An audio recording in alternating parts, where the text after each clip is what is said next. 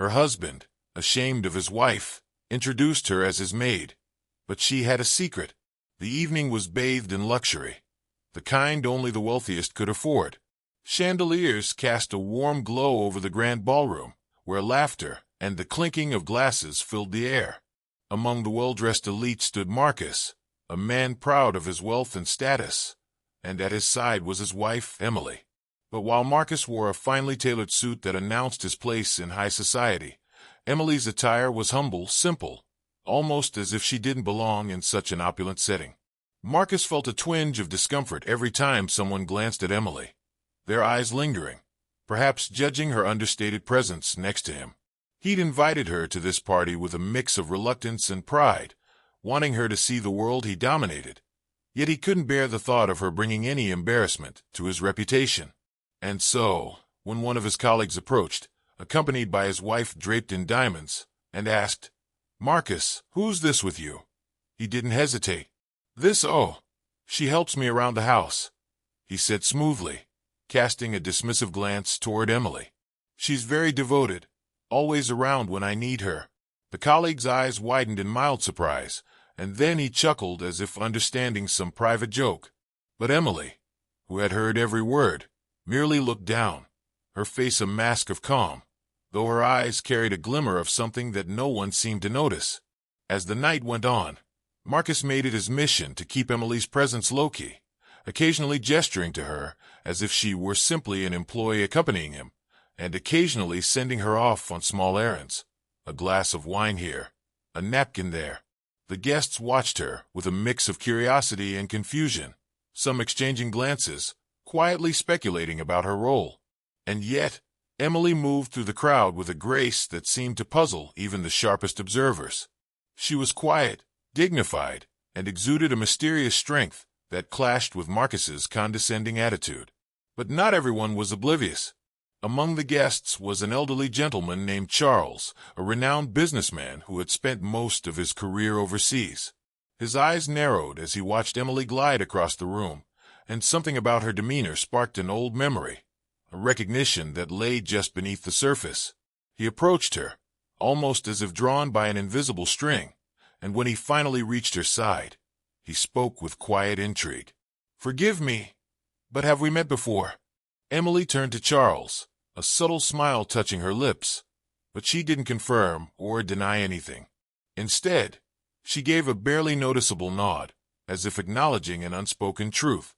Charles's expression changed. His eyes softened with respect, and he seemed to understand, without any words, that Emily was far more than she appeared to be. He didn't press her further, but his behavior toward her shifted. He treated her with a deference that none of the other guests could comprehend, and soon, whispers began circulating among the crowd. Marcus noticed the shift, growing frustrated as he watched Charles and others around them regard Emily with an almost reverential curiosity. "Why are they paying her so much attention?" he muttered to himself, irritation flaring in his voice. Determined to put her back in her place, he leaned toward Emily and said, "Could you fetch me a drink, please? After all, you're here to be of service, aren't you?" Emily, her expression unreadable, nodded slightly and walked toward the bar. But instead of bringing the drink to Marcus, she paused, her gaze drifting across the room as if lost in thought. A few moments later, she returned with a glass, but she handed it, not to her husband, but to Charles. The gesture was subtle but deliberate, and Charles raised his glass, looking around the room before he spoke in a firm, carrying voice. "To those who carry true strength, no matter what title they're given." A hushed silence fell over the room. Guests exchanged looks of intrigue, and Marcus, caught off guard, could only force a smile, though his jaw tightened. Charles continued, ignoring Marcus's discomfort. "Not all roles define us, you see. Sometimes, it's the quiet ones who hold the most power." Emily's calm expression did not change, but a small glint in her eye suggested a silent understanding, a confidence that spoke volumes without her having to utter a word.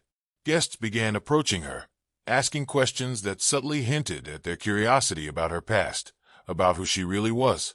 But Emily gave nothing away, her silence only adding to the air of mystery surrounding her. As the night wore on, Marcus became more desperate, attempting to steer conversations away from his wife, only to be met with an increasing interest from the guests who now looked at Emily with a newfound respect. No longer just a maid or an employee.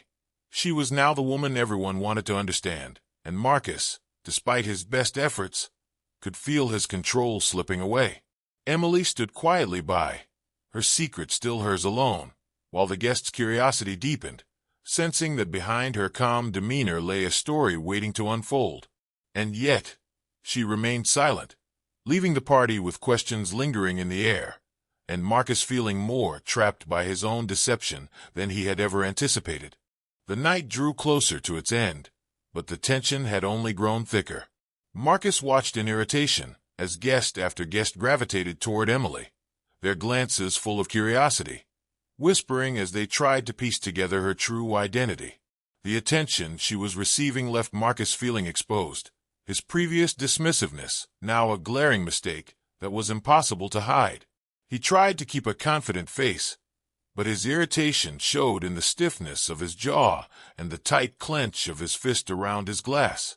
In a desperate attempt to regain control of the narrative, he walked over to Emily, his voice barely a whisper but laced with desperation. "Emily," he hissed, "you've humiliated me enough tonight. This, whatever it is you're doing, it has to stop. You're my wife, and I demand that you remember your place." His tone was harsh, and there was no hint of apology, only a demand for compliance, a reminder of the role he expected her to play. But Emily did not flinch, nor did she look away. Instead, she lifted her gaze to meet his, her eyes calm, yet filled with a cold strength he had never truly understood until now.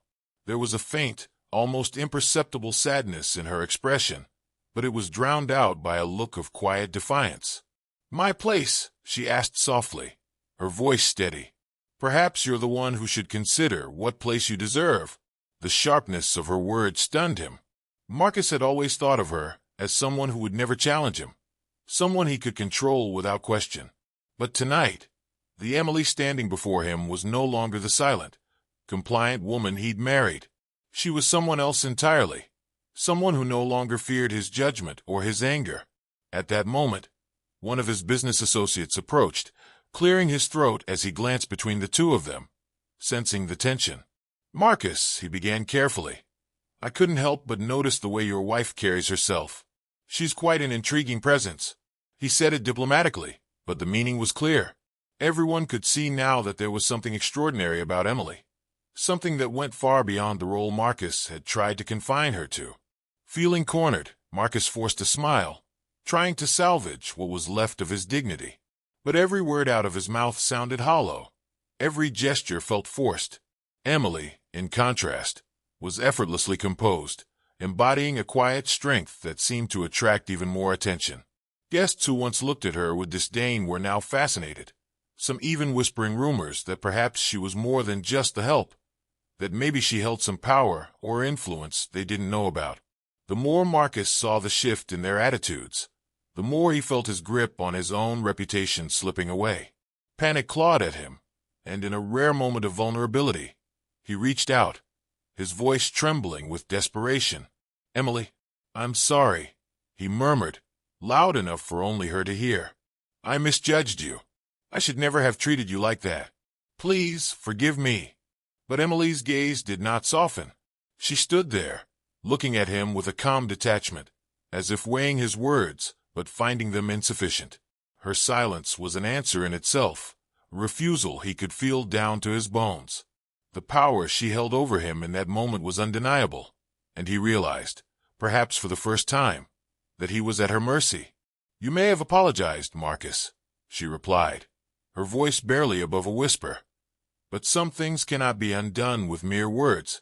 Her expression was resolute, and as she turned away, leaving him standing alone in the middle of the grand ballroom, the finality of her words echoed in his mind. It was clear. She had no intention of forgiving him, not tonight, and perhaps not ever. Around him, the guests continued to watch, their gazes shifting between Marcus's defeated posture and Emily's poised figure as she walked toward the exit.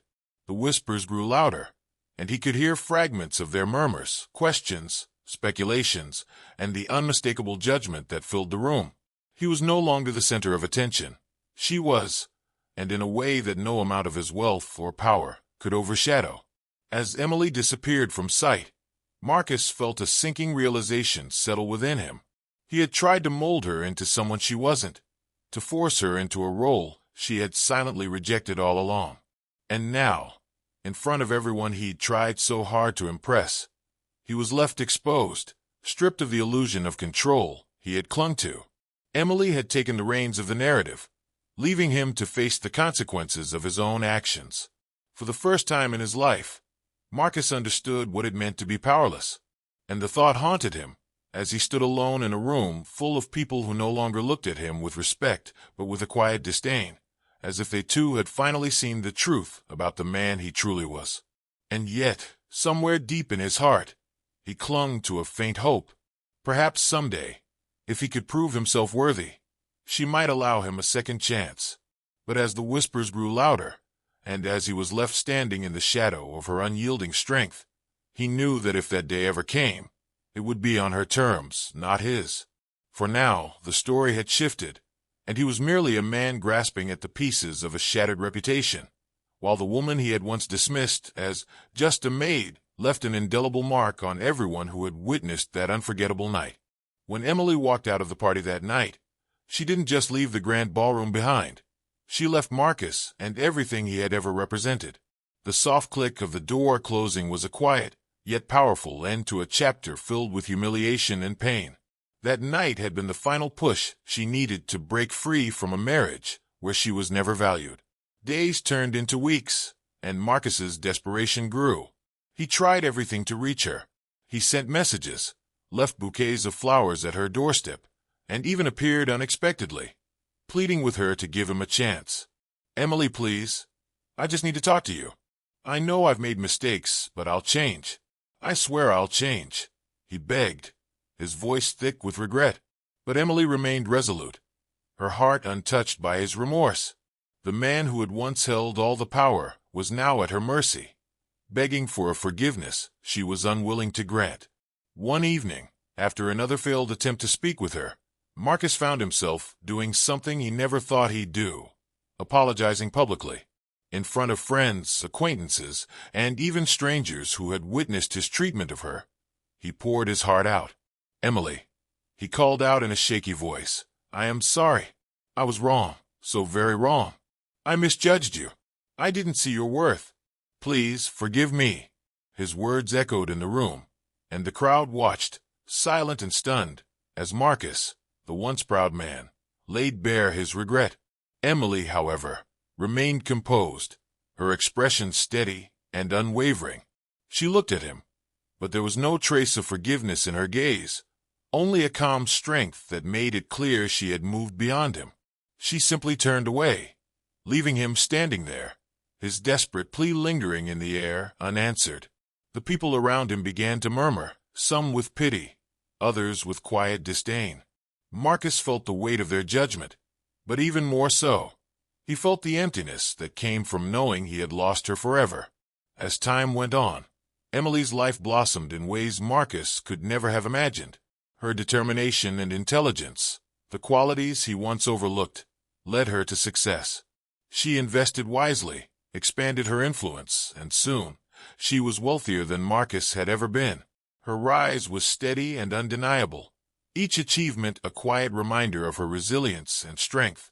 People admired her, not just for her success, but for the grace with which she carried herself, a grace that came from a life lived on her own terms, unbound by anyone else's expectations. Meanwhile, Marcus's fortunes dwindled. Without Emily by his side, his reputation faltered, and his influence faded. The world seemed to have turned against him, his former friends and allies drifting away, unwilling to associate with a man whose pride had led to his own undoing. In the end, Emily's story became a powerful lesson. Standing before a crowd at a charity gala, she shared a reflection that resonated deeply with all who listened. "Value yourself enough to walk away from those who don't see your worth," she said softly, her gaze sweeping over the room. "True strength isn't found in holding on, but in knowing when to let go.